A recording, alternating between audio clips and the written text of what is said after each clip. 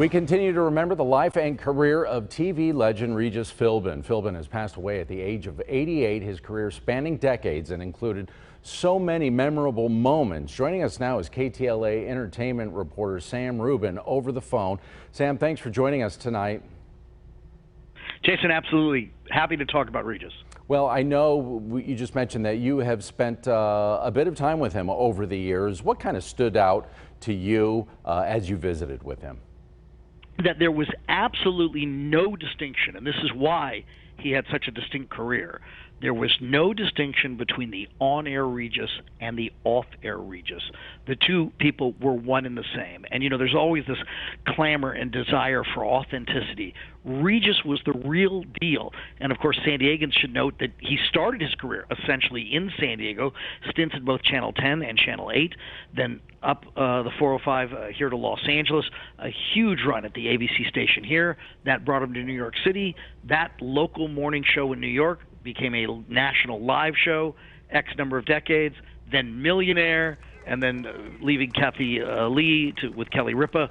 It's a remarkable, remarkable career. And I think people are really melancholy tonight because this is somebody that millions felt they knew, and you know what? They did know him.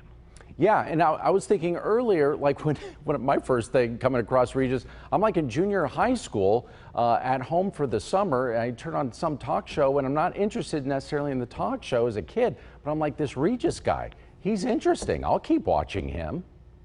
He was this absolute consummate storyteller, and what he had this ability to do, the stories were relatable, and even though he was living a pretty highfalutin life, you know, when the waiter or the doorman maybe didn't show him the respect that he thought he deserved, he could tell that story in an extraordinarily relatable way. David Letterman with a tremendous tribute with him tonight, saying that Regis was not only a frequent guest, but his favorite guest, and at the moment that Regis retired from television, Letterman tired of television. That so many accolades, and again, you know, when these things happen and you just hear this wave, this chorus of praise, sometimes people who are very well known pass away, and you don't get this outpouring of affection because they didn't necessarily, frankly, merit the affection.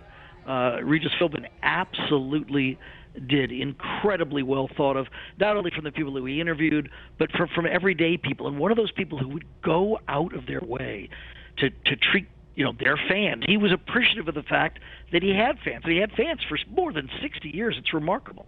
And it's interesting, you mentioned Letterman. Letterman also pointed out that he puts Philbin right up there with Carson, which is tremendous praise coming from Letterman.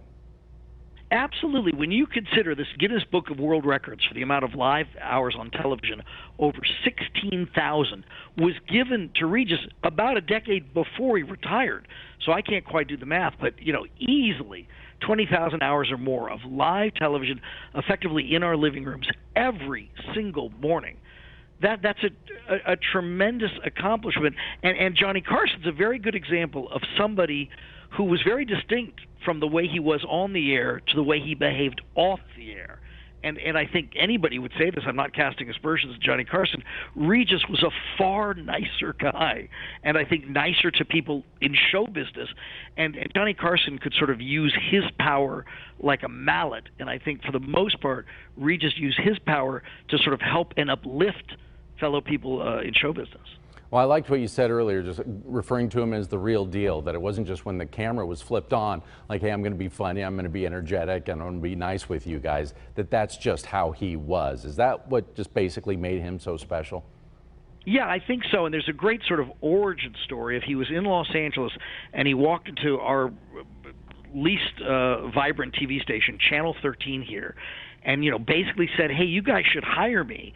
They didn't. Then he went away for a few months, and they called him back and said, you know what, you were right, we should have hired you, and they did.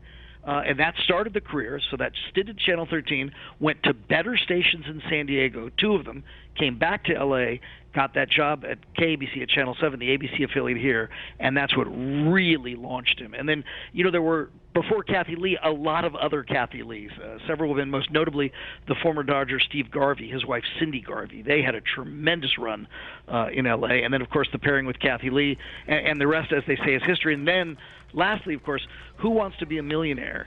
which Regis tells a great story. He wasn't on the list to be even considered for a host. He had to sort of go in and say, look, you've got to audition me. Turned out he, absolutely aced the audition. And when ABC launched Who Wants to Be a Millionaire, ABC was this trailing number 3 network by a mile. By the time Millionaire hit and hit so big, it was the number 1 network, and they were airing Millionaire 5 nights a week. And speaking of Millionaire, Regis had a financial interest in that show, benefited incredibly from its success, and it turned him from a, well-to-do television personality to a wealthy, wealthy man. Always very philanthropic, very generous as well. All right, KTLA Sam Rubin joining us tonight. Sam, thank you for those stories, spending some time with us. Appreciate it. Sure, Jason. Happy to. We take a look at more tributes to Philbin. The Navy sending out a tweet and a picture of him while he was surfing in the 1950s, saying, "Fair winds and following seas, Mr. Philbin. We have the watch, shipmate." Other TV talk show greats paying tribute, including Larry King, tweeting that Philbin was a prolific talent and could do it all. King says he'll miss Philbin every day. And David Letterman, as we were talking about moments ago, saying Regis is in the same category as Johnny Carson. He says Philbin was always the best guest, charming and lovable. Letterman adding he lost interest in TV when Philbin retired.